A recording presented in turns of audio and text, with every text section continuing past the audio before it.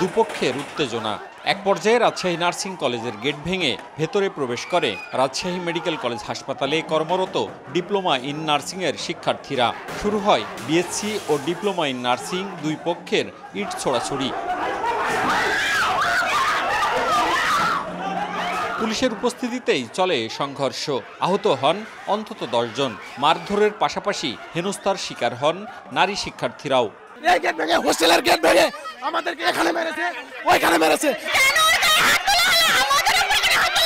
আমাকে কতজন থাপ্পড় মারছে, নিশ্চয় আমার গালে দাগ আছে, আমার পেটে লাথি মারছে।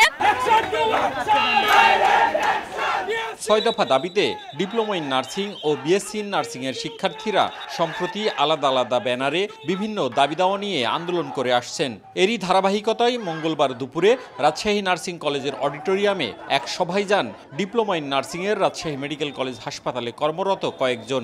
সেখানে বিএসসি ইন নার্সিং এর শিক্ষার্থীদের সঙ্গে তাদের কথা কাটাকাটি হয়। এরই জেরে শুরু হয় উত্তেজনা। একজন সভাপতি প্রার্থীর গায়ে হাত দিয়েছে, মীমাংসা তো করেনি, লাঠি সোটা স্টেম যা ছিল ওনাদের লিয়ে অ্যাটাক করেছে। যারা আসলে প্রকৃতভাবে মানুষকে ভালোবেসে এই প্রফেশনে আসছে, আমরা তাদের যোগ্য মান সম্মানটুকু চাই।